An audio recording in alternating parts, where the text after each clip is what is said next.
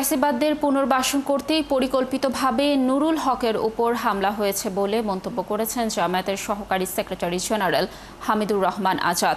বায়তুল মোকাররমের উত্তর গেট বাংলাদেশ জামায়াতে ইসলামী ঢাকা মহানগরীর দক্ষিণের উদ্যোগে গণ অধিকার পরিষদের সভাপতি নুরুল হক নূরের উপর হামলার প্রতিবাদে বিক্ষোভ মিছিল পূর্ব সমাবেশে এ মন্তব্য করেন তিনি বলেন, এই হামলার সঙ্গে দলীয় সন্ত্রাসী বা প্রশাসনের কর্তা ব্যক্তি হোক তাদের গ্রেফতার করতে হবে। ফ্যাসিবাদ আইন দিয়ে নির্বাচন সুষ্ঠু হবে না বলেও জানান জামায়াতের এই নেতা। এরপর বিক্ষোভ মিছিল বের হয়।